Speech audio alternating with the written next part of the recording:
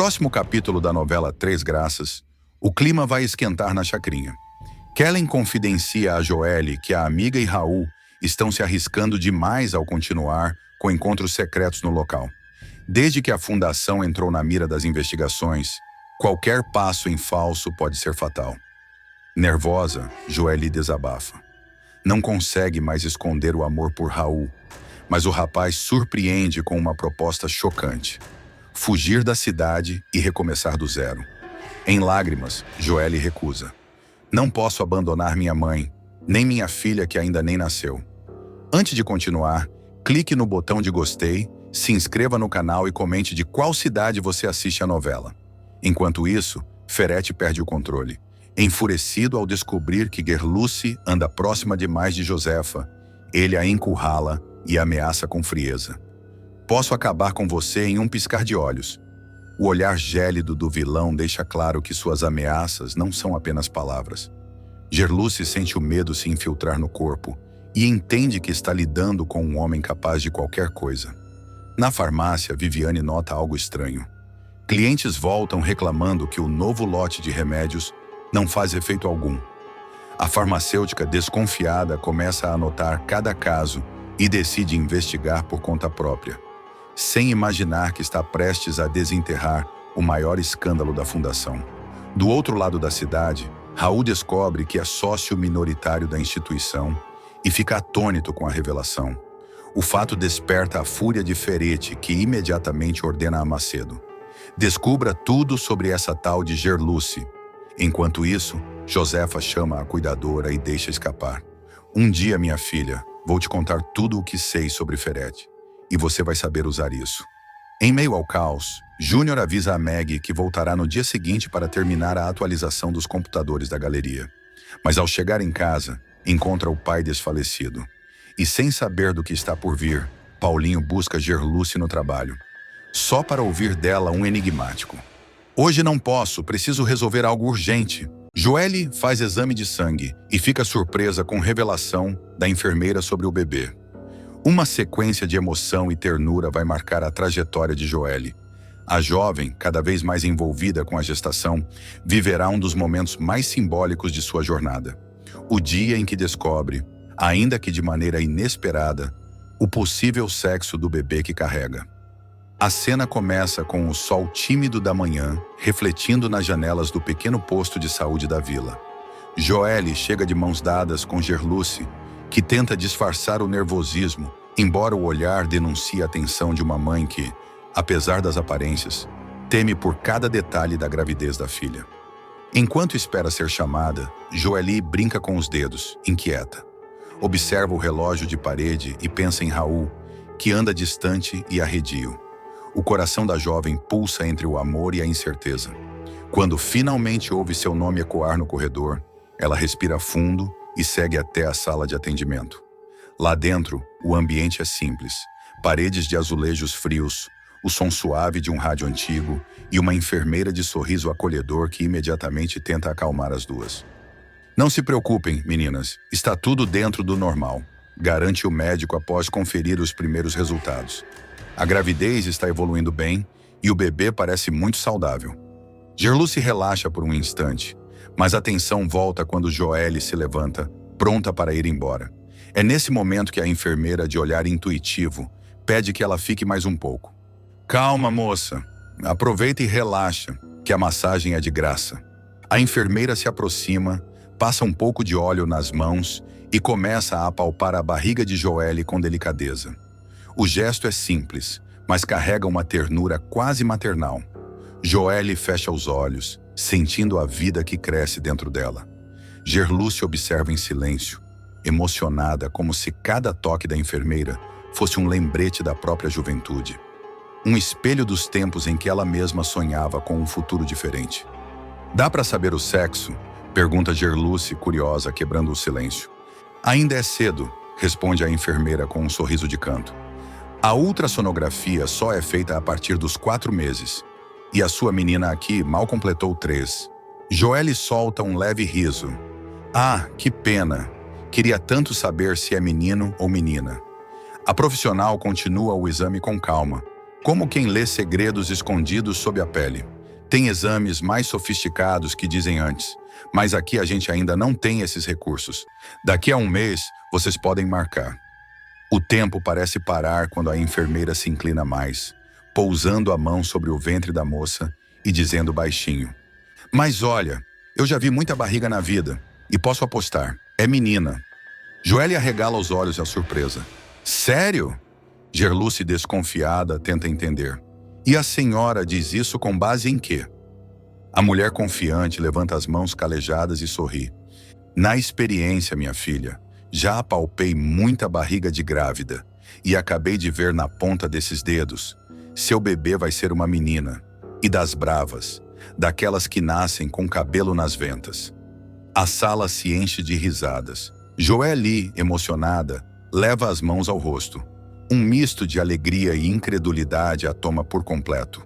Gerluce, com os olhos marejados, toca o braço da filha e diz: Tomara que esteja certa. Mais uma mulher na família das graças. Uma nova geração para mudar o destino dessa casa. Enquanto a enfermeira limpa as mãos e recolhe os instrumentos, o clima muda. Um silêncio doce paira no ar. Joelle se levanta com a ajuda da mãe e observa o pequeno frasco de coleta de sangue sobre a bancada. O símbolo de que a vida está em curso, mesmo em meio às incertezas. Ao sair do posto, o vento morno da manhã sopra nos cabelos de Joelle. Ela fecha os olhos e imagina o rosto da filha, o som do choro, o toque das pequenas mãos. A lembrança de Raul vem como um golpe leve, mas inevitável. Será que ele vai querer saber? Será que vai aceitar ser pai? Gerluce percebe o devaneio e segura firme a mão da filha. Não pensa nessas coisas agora. O importante é esse bebê vir ao mundo com saúde. O resto, o tempo resolve. De volta à rua, as duas caminham devagar.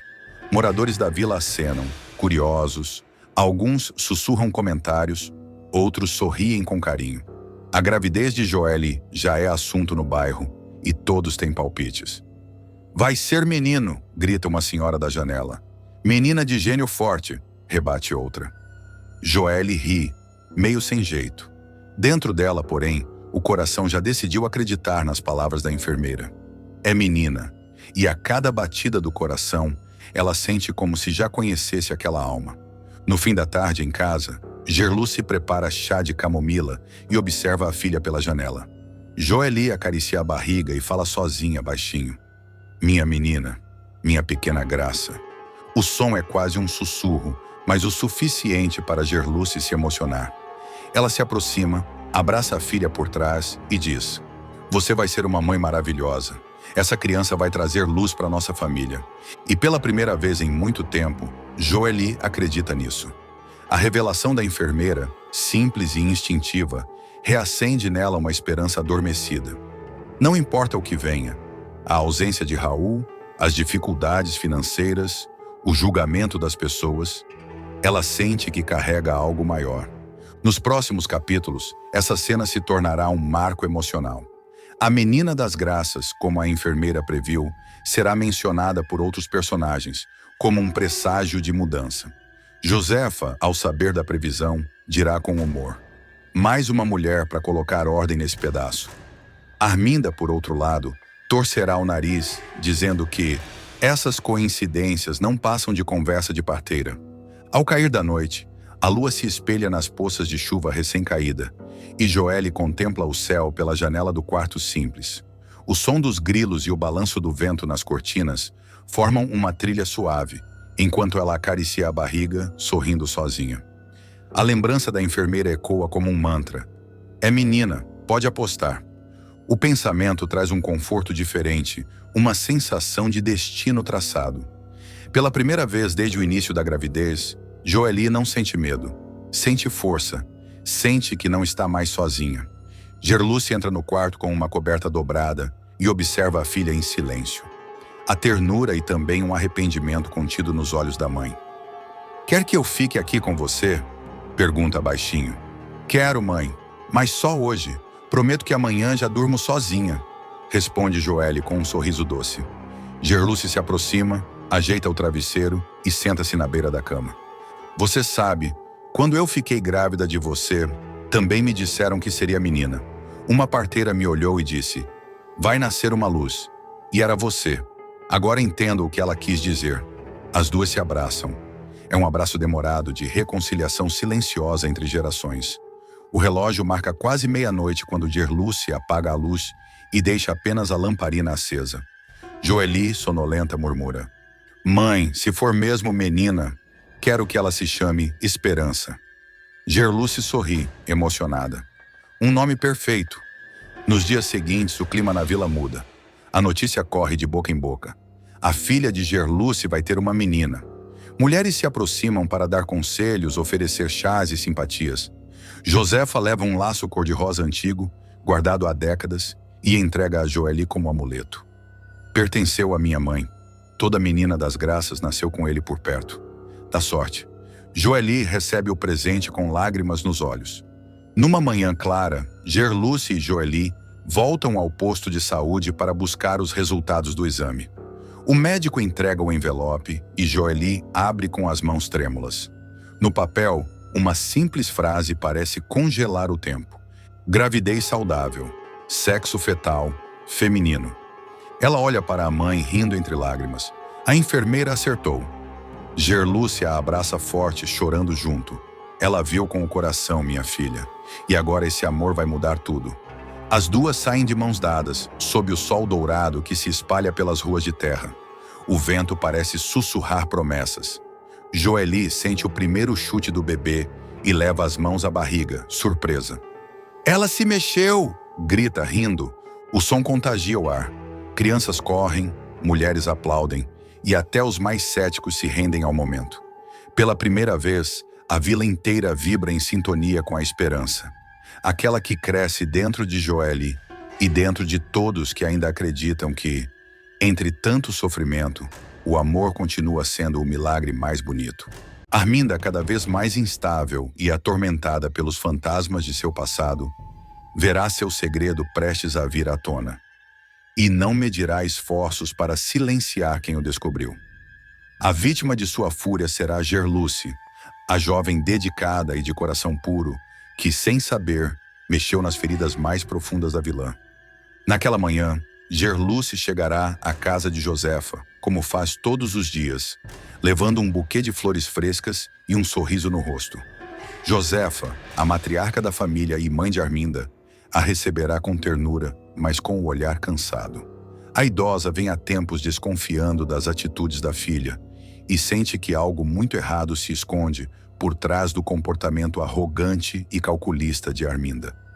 Enquanto serve o café, Josefa comenta sobre o passado, fala de Ferrete, o homem misterioso que ainda exerce influência sobre a filha, e lamenta o rumo que as coisas tomaram desde que ele voltou à cidade.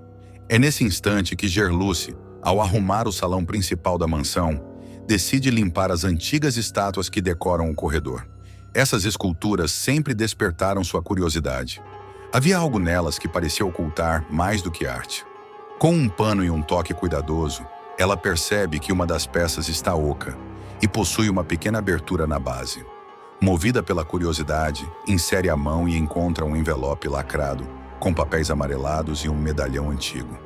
Ao abrir, o choque. Documentos que revelam um pacto obscuro entre Arminda e Ferrete, algo que envolve chantagem, suborno e até a morte de um empresário influente da região. O coração de Gerluce dispara. Ela sabe que encontrou algo que pode mudar tudo, mas também entende o perigo que corre. No entanto, o destino não lhe dará tempo de pensar. Arminda surge na escadaria, ouvindo as palavras de Josefa ao fundo, e ao perceber a expressão de pavor no rosto da jovem, entende que seu segredo foi descoberto. O olhar da vilã muda, uma mistura de desespero e fúria. Ela se aproxima lentamente, com a voz trêmula, e pergunta o que Gerluce encontrou. A jovem tenta disfarçar, mas a vilã não é ingênua.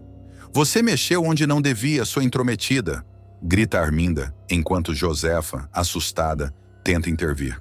A discussão escala rapidamente. Gerluce tenta recuar, descendo um degrau, mas Arminda a encurrala.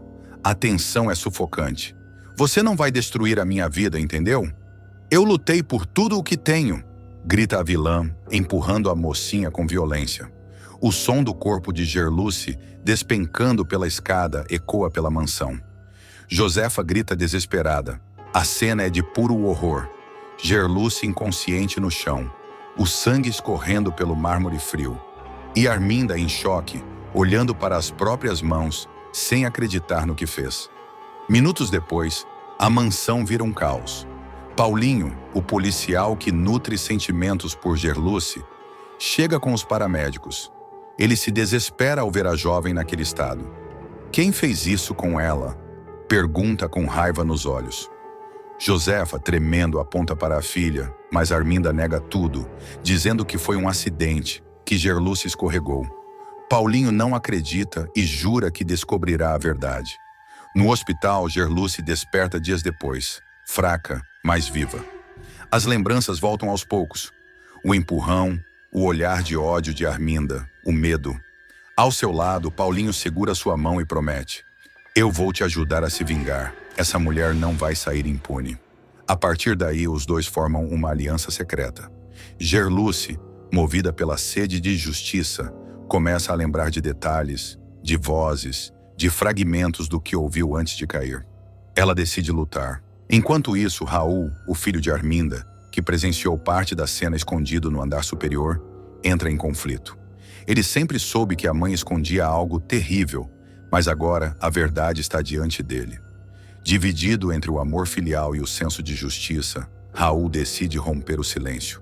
Em uma conversa tensa com Paulinho, revela que viu tudo e está disposto a testemunhar. Ela empurrou a Gerluce, eu vi com meus próprios olhos. Não dá mais para fingir que não sei. A revelação de Raul será o golpe final para Arminda. A vilã, acuada, tentará manipular o filho, dizendo que tudo foi um acidente, mas o rapaz não cairá mais em suas mentiras. Você passou dos limites, mãe. Tudo isso por causa de um segredo sujo? Eu não posso proteger alguém que quase matou uma inocente, dirá com lágrimas nos olhos. Enquanto isso, Ferrete, o homem que compartilha com Arminda o segredo das estátuas, começa a sentir o cerco se fechar. Ele teme que Gerluce recupere os documentos e os entregue à polícia. Por isso, envia capangas para invadir o hospital e terminar o serviço.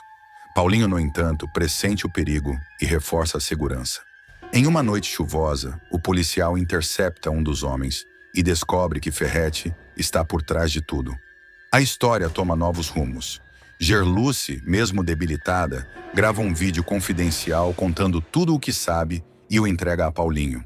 Ela sabe que a guerra está apenas começando. Se algo acontecer comigo, entregue isso à promotoria, pede ela com a voz embargada. Paulinho promete proteger o material com a própria vida. Josefa, abalada e doente, decide romper o silêncio e denunciar a própria filha. A matriarca se torna peça-chave na investigação e revela à polícia detalhes sobre o envolvimento de Arminda com Ferrete em negócios escusos que começaram há mais de 20 anos. Ela cita um assassinato encoberto, uma troca de identidades e uma herança desviada. Enquanto as investigações avançam, Arminda perde o controle. Sente o peso da culpa, mas ainda tenta manter as aparências. No entanto, os olhares dos moradores da cidade começam a mudar. Ninguém acredita mais em suas desculpas. Raul, consumido pelo remorso, se afasta da mãe e se aproxima de Paulinho. Eu quero ver justiça, não vingança, diz o rapaz, tentando convencer o policial a não agir por impulso. Mas Paulinho está tomado por sentimentos confusos. A raiva pela agressão a Gerluce e o desejo de ver Arminda pagar pelo que fez. Gerluce, por sua vez, se reergue. Com a força de quem sobreviveu à maldade, ela promete não se calar. Em uma conversa emocionada com Josefa, ela diz: ela tentou me calar, mas agora é que eu vou falar. Vou contar tudo o que sei. A idosa, chorando, segura sua mão e responde: minha filha, a verdade precisa vir à tona, e eu vou te ajudar a derrubar minha própria filha, se for preciso. O clima em Três Graças fica tenso, sombrio e imprevisível. Cada personagem carrega um pedaço do segredo, e o desfecho se aproxima com ares de acerto de contas. Paulinho prepara a armadilha final. Gerluce finge estar mais debilitada do que realmente está para enganar Arminda e fazê-la confessar tudo. Enquanto isso, Raul grava uma confissão da mãe sem que ela perceba, e o áudio se torna a principal prova do crime. O jogo virou. O império de mentiras de Arminda começa a desmoronar e Três Graças se prepara para uma das cenas mais explosivas de sua história. A queda da vilã que acreditava poder enganar o destino. Arminda começa a perceber que o cerco está se fechando. Os dias se tornam longas noites de paranoia e desespero. Cada ruído dentro da mansão faz seu coração disparar. A vilã já não confia em ninguém, nem mesmo em Ferretti, que desaparece misteriosamente depois de saber que documentos foram entregues à polícia. A cena é tensa. Paulinho desce do veículo com a arma em punho, apontando para a vilã. "Acabou, Arminda. Não tem mais para onde correr", diz ele com firmeza. Ela tenta manter o controle, sorri e responde: "Você não sabe com quem está se metendo, policialzinho. Eu tenho poder." Raul então dá um passo à frente e grita: "Não tem mais poder nenhum, mãe. Todo mundo sabe o que você fez. As gravações, os documentos, tudo já está com a justiça." O impacto é devastador. Arminda, derrotada, solta o volante e começa a rir de nervoso. "Então é isso. Vocês me traíram." Paulinho se aproxima e a algema com firmeza. "Você mesma cavou sua prisão, Arminda." Tentou calar a verdade, mas ela gritou mais alto. Ela é levada sob os olhares atentos da cidade inteira, enquanto flashes e câmeras registram um momento histórico. Horas depois, Gerluce deixa o hospital amparada por Josefa e Raul. Ainda debilitada, ela observa à distância a movimentação policial. Ao ver Arminda sendo colocada na viatura, seus olhos marejam. Não de ódio, mas de alívio. Josefa, com voz embargada, murmura: "A justiça foi feita, minha filha." Viviane é pedida em namoro por Leonardo e revela ser mulher trans. O filho de Ferretti, até então visto como um rapaz sensato e discreto, se verá no centro de uma trama repleta de dilemas morais, segredos e revelações inesperadas. Tudo começará quando Ferretti, temendo que os rumores sobre os remédios falsificados se espalhem ainda mais pela comunidade, decidirá usar o próprio filho como instrumento de manipulação. Ferretti chamará Leonardo para uma conversa tensa no escritório da fundação, entre pilhas de relatórios e planilhas adulteradas. Com o olhar frio, o empresário deixará claro que precisa de informações diretas do campo. Dirá com a serenidade de quem está acostumado a jogar sujo: "Quero que você se aproxime daquela farmacêutica na Viviane. Descubra o que ela sabe." Sem imaginar a verdadeira dimensão do plano, Leonardo obedecerá. Inicialmente, seu objetivo será apenas sondar o que andam comentando sobre a Fundação Ferretti e entender se Viviane desconfia das irregularidades. Ele começará a frequentar a comunidade com a desculpa de levar doações e remédios. Sempre gentil, sempre sorridente. Mas aos poucos, algo muda. Leonardo se verá atraído por Viviane de uma forma inesperada. A doçura dela, a inteligência, o senso de justiça, tudo o encantará. A farmacêutica, por sua vez, começará a baixar a guarda. Acostumada a viver em alerta, ela se surpreenderá com a atenção do rapaz, que parece realmente interessado em ouvi-la, em entender sua luta pelos pacientes e pela ética. Nas cenas seguintes, o público verá o relacionamento entre os dois crescer aos poucos. Leonardo passará a visitá-la com frequência, oferecendo ajuda para organizar campanhas de arrecadação de medicamentos. A química entre eles será palpável, mas Viviane resistirá. Ela sabe que carrega um segredo, um que pode mudar tudo. Numa tarde, após um dia intenso de trabalho, Leonardo aparecerá de surpresa na farmácia comunitária.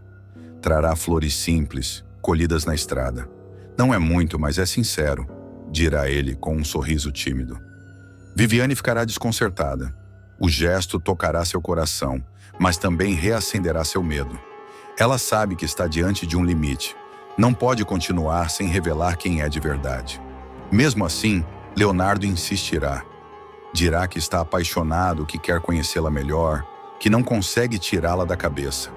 O pedido de namoro virá de forma desajeitada, mas sincera. "Eu não sei o que você fez comigo, Viviane. Só sei que quero estar do seu lado."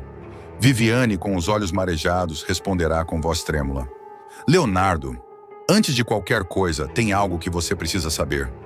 A tensão tomará conta da cena. O público sentirá o peso do silêncio. Ela o chamará para uma conversa em particular, longe dos olhares curiosos da comunidade. No pequeno quarto dos fundos da farmácia, Viviane respirará fundo, olhará fixamente para o rapaz e soltará a verdade que guardou por anos. Eu não nasci mulher, Leonardo. Eu me fiz mulher. Essa é a diferença. Leonardo ficará paralisado. Os segundos parecerão uma eternidade. O choque virá carregado de incredulidade. Você está me dizendo que é um homem? A pergunta soará como uma faca. Viviane reagirá com firmeza, sem abaixar a cabeça. Eu sou quem sempre fui, e não te enganei, só quis ter o direito de ser amada do jeito que sou. O rapaz, confuso e tomado pelo preconceito que nem sabia carregar, recuará alguns passos. Você devia ter me contado antes, gritará ele com a voz embargada.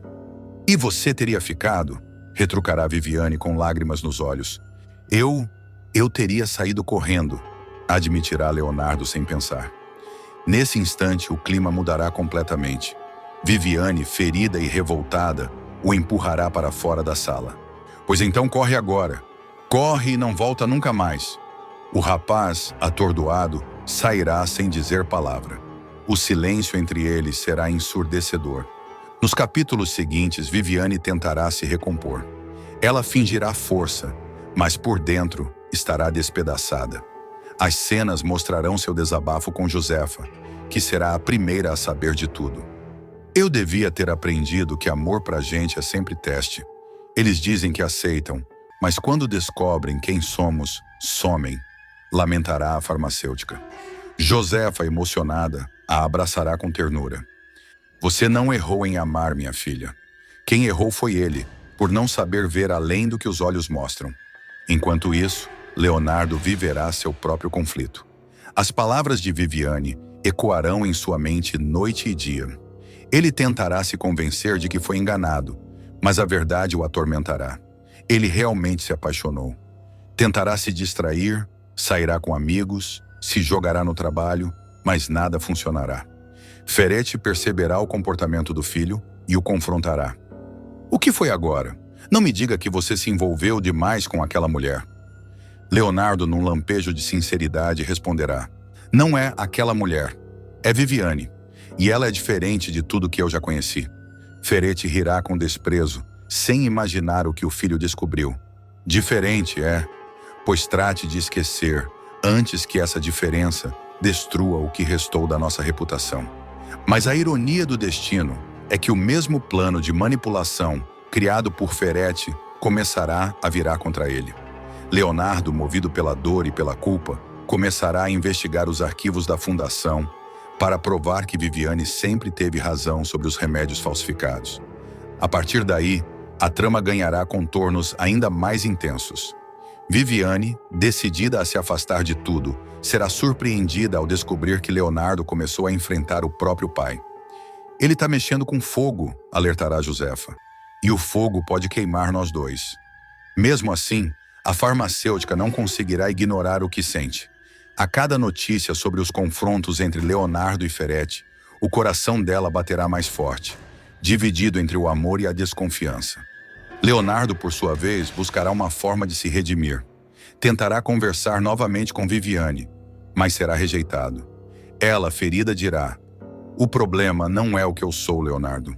É o que você escolheu ver. Essa fala marcará um ponto crucial na novela. Viviane se tornará símbolo de força e autenticidade, enquanto Leonardo mergulhará em um processo de desconstrução doloroso. Em cenas posteriores, ele confessará a um amigo: eu achei que sabia o que era amor, até descobrir que o amor não tem gênero. Enquanto isso, Ferete seguirá implacável, articulando sua próxima jogada para silenciar Viviane. Ele contratará um detetive para vigiá-la, temendo que ela revele o esquema de falsificação à imprensa. Essa mulher vai acabar com tudo o que construí, dirá furioso. Mas o que Ferete não espera é que Leonardo começará a agir pelas sombras, desta vez contra o próprio pai. E no meio dessa guerra entre o poder e a verdade, Viviane será novamente colocada à prova. Seu amor, sua coragem e sua identidade se tornarão armas contra um sistema que sempre tentou apagá-la. E o público verá que a história está apenas começando. A tensão entre Viviane e Leonardo alcançará um ponto de não retorno. Ferretti começará a desconfiar de que o filho está agindo pelas costas dele. Ao descobrir que Leonardo acessou os relatórios confidenciais da fundação, o vilão se enfurecerá. Em uma reunião tensa, baterá na mesa e gritará: "Você se atreveu a duvidar de mim, Leonardo? Eu sou seu pai." Leonardo, com um olhar firme, devolverá: "Pai não usa o filho como espião. O senhor me mandou me aproximar de uma mulher só para destruí-la. Mas sabe o que aconteceu? Eu me apaixonei. Ferretti perderá o controle. Ele ameaçará cortar o filho da empresa e o expulsará da fundação. Você vai se arrepender de ter se voltado contra mim", berrará. Enquanto isso, Viviane enfrentará dias de terror. Um estranho começará a rondar sua casa. Cenas noturnas mostrarão passos ecoando, sombras se movendo e a farmacêutica desconfiando de que está sendo observada. Josefa tentará convencê-la a sair da cidade, mas Viviane se recusará. "Eu não vou fugir, não de novo. Dessa vez quem vai correr são eles", dirá, determinada. Em um momento de tensão máxima, Leonardo aparecerá à sua porta, ferido e com um envelope nas mãos. "Esses são os documentos que provam tudo", dirá ele ofegante. "Ferretti falsifica os medicamentos e desvia verbas da fundação. Eu preciso que você entregue isso à imprensa." Viviane ficará dividida. Ainda magoada, perguntará: "Por que eu acreditaria em você agora?" "Porque eu vi quem ele é. E agora eu sei quem eu sou também." A cena será marcada por uma tensão silenciosa. Ela olhará para ele, enxergando pela primeira vez arrependimento genuíno. Mesmo assim, decidirá agir com prudência. Guardará os documentos e prometerá pensar no que fazer. Na mesma noite, homens a mando de Ferretti invadirão a farmácia. Eles revirarão tudo, quebrando frascos e destruindo medicamentos. Quando Viviane chegar, encontrará o local devastado. Em meio aos cacos, ela verá um bilhete: "Você mexeu com gente grande." Esse será o estopim. No dia seguinte, Viviane procurará a imprensa. Levará os relatórios falsificados, os recibos adulterados e as provas entregues por Leonardo. A denúncia ganhará força, espalhando-se rapidamente nas redes sociais. A imagem de Ferretti começará a ruir. Gerluce vai assumir um papel de verdadeira justiceira. Cansada de ver o sofrimento dos moradores da comunidade da Chacrinha e indignada com a impunidade dos poderosos, a cuidadora tomará uma decisão ousada: organizar um roubo contra os próprios vilões da história. Seu alvo? A valiosa estátua das Três Graças, símbolo de poder e cobiça na mansão de Arminda, a Dona Cobra. O objetivo de Gerluce não será o lucro, mas um ato de vingança social. Vender a peça e usar o dinheiro para comprar medicamentos verdadeiros, pondo fim ao sofrimento dos doentes, enganados pelos remédios falsificados de Ferretti e Arminda. Antes de chegar a esse ponto, Gerluce tentará seguir o caminho da lei. Ela procurará o delegado local, levando provas e testemunhos sobre o esquema criminoso. Mas o homem, acuado, se recusará a agir. "Minha aposentadoria sai em 1 mês e eu não vou caçar precipício para pular a essa altura da vida", desabafará o policial, deixando claro que teme enfrentar gente poderosa. A frustração tomará conta de Gerluce. Ela sairá da delegacia revoltada, sentindo-se traída por um sistema que protege corruptos e castiga inocentes. De volta à chacrinha, ela observará as pessoas sofrendo por falta de remédio. Crianças febris, idosos tossindo, mães aflitas, todos vítimas do mesmo golpe. Será nesse momento, em meio à dor coletiva, que uma ideia começará a se formar em sua mente. "Se eles não querem fazer justiça, a gente vai fazer", dirá para si mesma, com os olhos marejados e o coração decidido. Gerluce, então, lembrará de uma conversa antiga com Josefa, quando a idosa contou que, na base da estátua das Três Graças, havia um compartimento secreto usado por Arminda e Ferretti para guardar dinheiro desviado da fundação. A revelação voltará à sua memória como uma faísca, acendendo um plano ousado: roubar o símbolo da ganância para transformá-lo em esperança. Na mesma noite, Gerluce procurará Viviane, que hesitará em aceitar a ideia. Você tá maluca? Entrar na casa daquela víbora? A gente pode acabar presa, dirá a enfermeira, alarmada. Mas Gerluce responderá firme.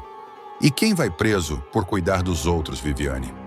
Eu prefiro ser chamada de ladra do que cúmplice de assassina. A fala tocará fundo na amiga, que acabará cedendo. Durante a primeira reunião do grupo na casa simples de Gerluce, o clima será tenso. Todos sabiam que estavam prestes a cruzar uma linha sem volta. Mas a líder da missão quebrará o silêncio com um discurso inflamado. Nem assalto, nem meio assalto. Aqui ninguém usa mais essa palavra. Vamos chamar de expropriação, reparação, o que for, menos assalto.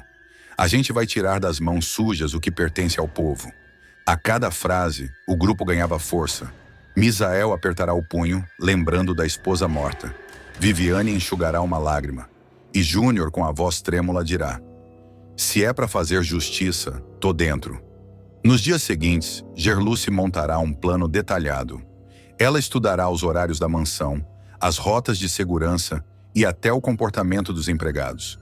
Josefa, sem perceber, será uma aliada involuntária, já que costuma deixar escapar detalhes preciosos sobre os hábitos de Arminda.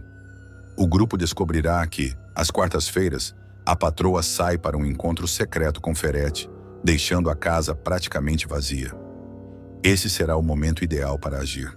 Enquanto isso, a tensão na comunidade aumentará. O estoque de remédios verdadeiros estará zerado e as mortes começarão a crescer. Em uma das cenas mais comoventes, uma mãe implorará ajuda a Gerluce. Meu filho está queimando de febre. O que eu faço? A cuidadora, sem saber como responder, apertará a criança nos braços e prometerá: eu vou dar um jeito, minha filha. Juro por tudo que é sagrado. No dia marcado, o grupo se reunirá antes do amanhecer. Vestidos com roupas escuras e rostos cobertos, eles seguirão pela estrada de terra até a mansão. Gerluce liderará o caminho, carregando uma lanterna velha. Lembrem-se, a gente tá aqui para fazer o bem. Nada de violência, entrar, pegar e sair, dirá em voz baixa. Ao chegarem, Júnior cuidará de desligar o sistema elétrico da cerca. Viviane ficará responsável por vigiar o portão.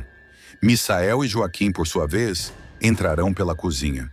Cada passo será tenso, e cada rangido do assoalho parecerá um grito.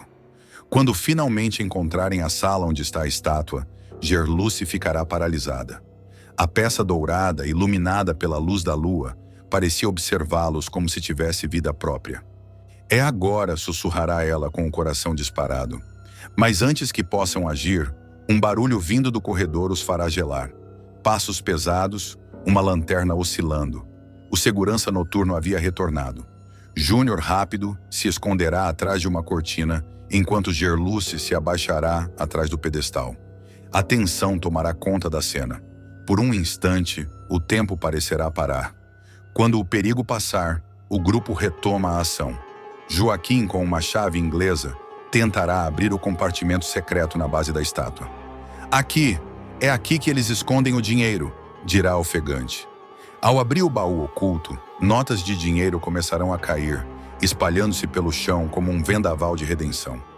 De volta à comunidade, Gerluce e seus aliados dividirão o dinheiro. Nada será guardado para uso próprio. Viviane comprará remédios, Misael cuidará da distribuição e Júnior se encarregará de despistar a polícia. A chacrinha, antes mergulhada em dor, começará a sentir um fio de esperança. As cenas seguintes mostrarão as pessoas recebendo os medicamentos, agradecendo com lágrimas nos olhos. Foi um milagre, Gerluce. Um milagre, dirá uma idosa, abraçando a cuidadora.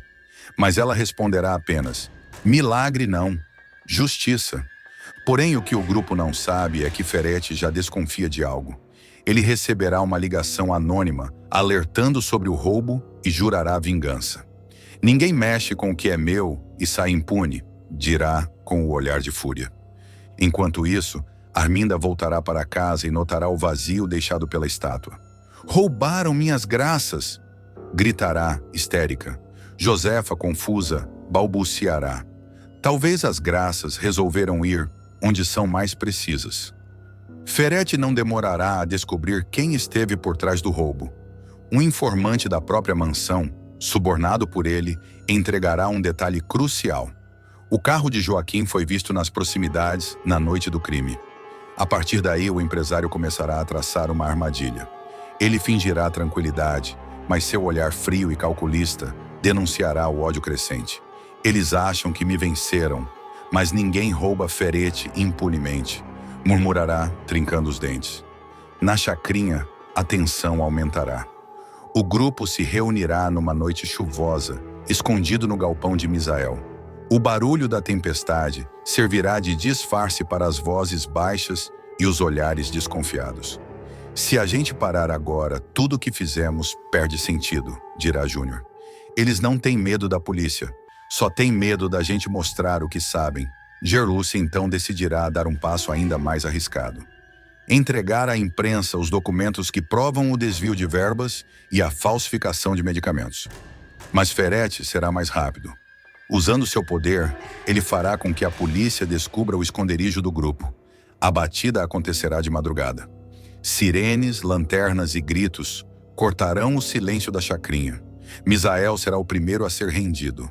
Viviane tentará proteger Gerluce, mas os policiais, orientados por ordens superiores, não lhe darão chance. Tá presa por roubo e receptação, dirá o delegado, irônico, o mesmo que antes recusara a denúncia. Gerluce, algemada, não baixará a cabeça. Roubo é o que vocês fizeram com o povo. O que eu fiz foi devolver o que era nosso, gritará diante das câmeras que já cercavam o local. A imagem viralizará nas redes, transformando a cuidadora em símbolo de resistência popular. Em poucas horas, o nome dela estará nos noticiários e nas ruas. Crianças, idosos e moradores da comunidade se reunirão em frente à delegacia, segurando cartazes: Libertem Gerluce e Justiça pelas Três Graças. A partir desse momento, a trama tomará rumos explosivos. Ferete será cercado por repórteres e Arminda, em pânico, tentará fugir da cidade. Mas o destino cobrará caro. No caminho, o carro dela sairá da estrada e cairá em uma ribanceira. O acidente marcará a queda definitiva da vilã. Gerluce, libertada após depoimentos e pressão popular, sairá da cadeia sob aplausos. Ao reencontrar Misael e Viviane, dirá emocionada: Eles podem ter levado nossas graças, mas nunca vão tirar a nossa fé. A multidão aclamará o nome dela, enquanto o sol nascerá sobre a chacrinha, iluminando os rostos de quem, por um breve instante, sentiu que a justiça realmente existe, mesmo quando nasce das mãos simples de quem nunca desistiu.